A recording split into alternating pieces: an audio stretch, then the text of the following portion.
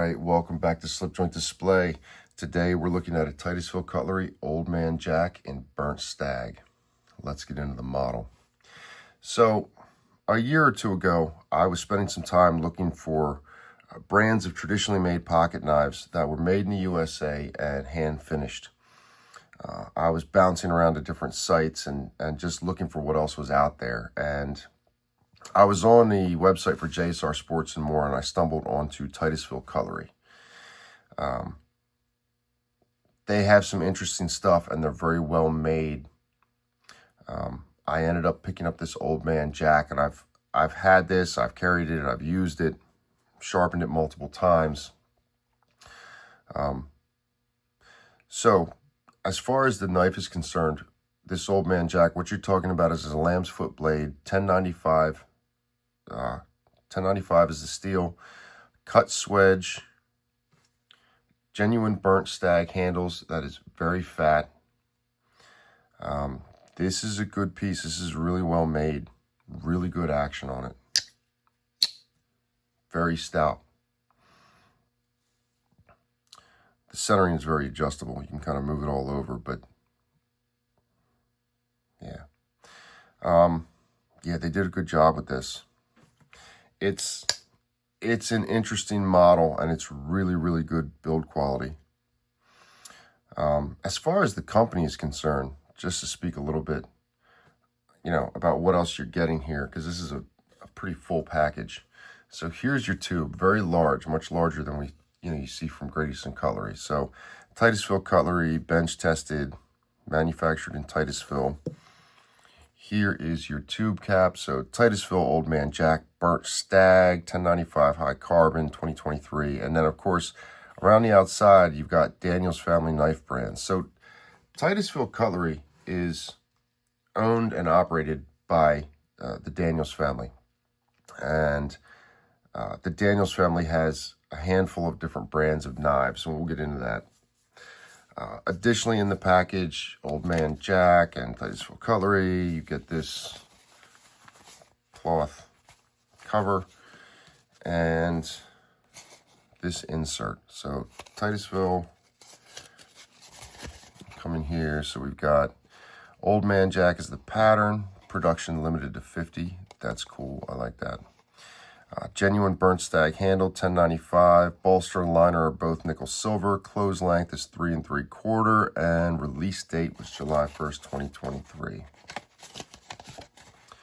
The Titusville Cutlery sign, and then certificate of authenticity, Daniel's Family official seal. You can kind of see it punched into the paper there. And then limited handcrafted line of knives. You can pause and read. And then this is a little bit about the Daniel's Family Knife brands. Been involved in knives for 5 generations, from trading, selling, manufacturing, distribution. Again, you can pause and read, and there is their website. So it's a pretty interesting, package here that you're getting with the knife. I just want to clear the deck a little bit. So now, just to take it a little bit farther, as far as the Daniel's family is concerned, like it said in the insert, 5 generations dealing with knives in various capacities. So if you really dig into that a little bit, that really started with Norman Daniels in like the 1940s. Norman Daniels taught his grandson Ken about knife trading at various trading markets that he would take him to. Ken taught his son Ryan. Now, Ken did the first SFO for the Daniel's family, and that was German Bulldog knives. In 2003, Ken and Ryan had knives made by Queen Cutlery, and those were called the Queen Classics. That was 2003. So they're at Queen, they're having knives made, they're making contacts. In 2006, Ken and Ryan were with Bill Howard when he started Great Eastern Cutlery. I've read that they helped him with it. I don't know the details of that or or how true that is, but I also read that Ryan was a national sales manager for GEC for a couple years. In 2012, the Daniels family sold their shares of GEC back to Bill Howard, and then they purchased Queen Cutlery. Yeah, Queen closed the stores in 2018, and I think Cooper Cutlery ended up buying the equipment, the old Queen equipment. Now, the Daniels family, Queen closed up, but they still have several different knife brands. So they have Excelsior Knife Company, Tuna Valley Cutlery Co., Napanock Knife Company, Little Giant Axe Co., and Titusville Cutlery. So they are pretty involved in the game, and they do a pretty good job. This knife wasn't cheap. I think this was in the ballpark of $300, but it is really nice. Like I said, lamb's foot blade, really good action. Usually dead center just on, out of using it. I dig the profile of this, and the stag is really interesting. This fat stag is something. It's different.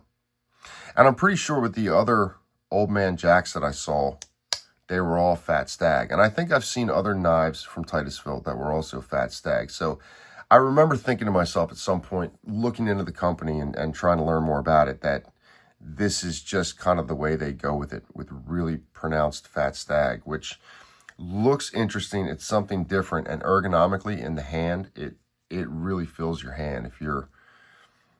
I like the way that it fills the palm.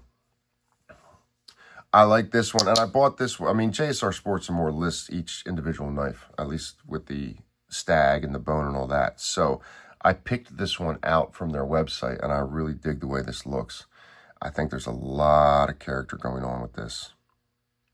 I really like the coloring. I like all this. I'm guessing, the purling is genuine, and they charred a little bit to add some more color in there.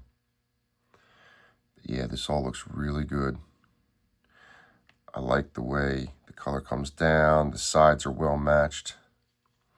Yeah, it's a good job with all this. Another thing about this knife is that I mentioned that the action is really good. It's heavy. It's a hard pull. And this nail nick is a destroyer of fingernails. And oddly, this knife is pinchable. You wouldn't think it to look at it, but I can pinch this knife all day long. But if I use my nail on this, I've had this nail nick slice through my fingernail several times. And that's with me breaking the edge with a ceramic rod several times. It still does it. So I just don't open the knife that way. I simply pinch it. And there's not much there, but I think it's because this nail nick is aggressive enough that if you go to pinch, you still catch a piece of it and you can pull it out. It would be nice if there was a little bit more to access there, because it is a pretty tight pinch, but you can do it. And like I said, that's the way that I prefer. But the action on this is just wild. It's really, really good snap. And that's generally what I've heard about from other knives from Titusville. I've seen smaller jackknives and that kind of thing that they've put out, and I've never heard about lazy action on anything from Titusville. So, I think that's worth noting. No blade wrap on this guy, and this has been sharpened several times. This is nothing new. This has had pocket time and all that. The swedge that they cut on here was interesting because it flattens out on the top. There is a flat section, and yet it's like a rounded swedge, but that flat follows all the way down. So you're talking about a lot of detail there. As far as tang stamps, we've got Titusville Cutlery Co. USA, and then on the opposite side, we've got DFKB for Daniels Family Knife Brands 2023. Bolsters are nickel silver. You can catch with a fingernail, but it's really good otherwise. With a finger pad. Yeah, look at that stag. lot going on there. The knife sits really well. The profile of it's interesting. I like that. Let's have a look around. So this is difficult too, because the knife is at an angle because the stag is so fat. I mean, just as far as measuring goes.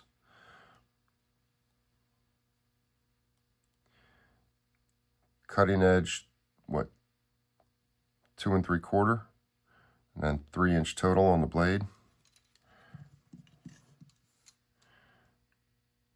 And 3 3/4 handle length, which is what the insert said.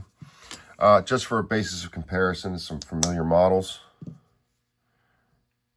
Here is a 71 Farm and Field.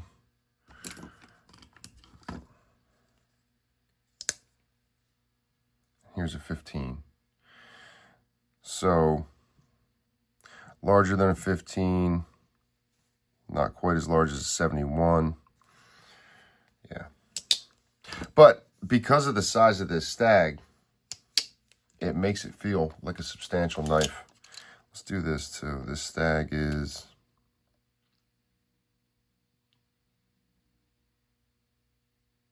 more than 3/4 of an inch. Yeah, a little over 3/4.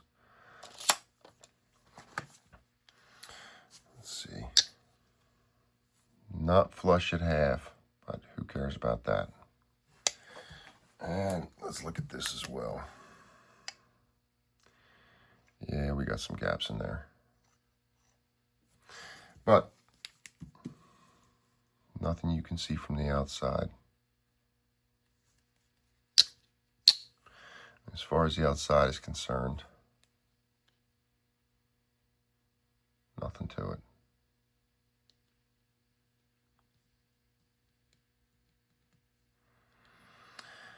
Yeah. Good build quality though. I mean, they did a really good job with it. And like I said, this guy's not brand new. Had a bunch of pocket time, so. But yeah, I dig this. And I think that Titusville did a really good job with it.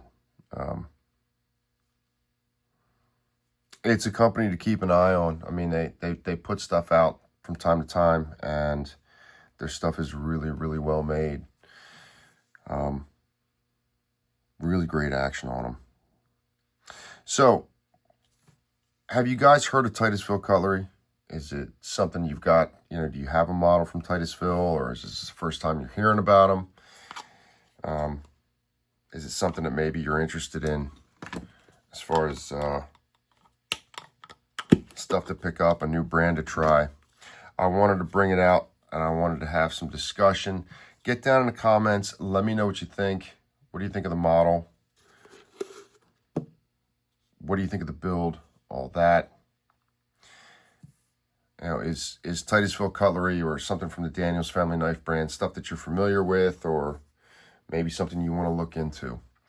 Get down in the comments, let us know, and I'll see you guys on the next video.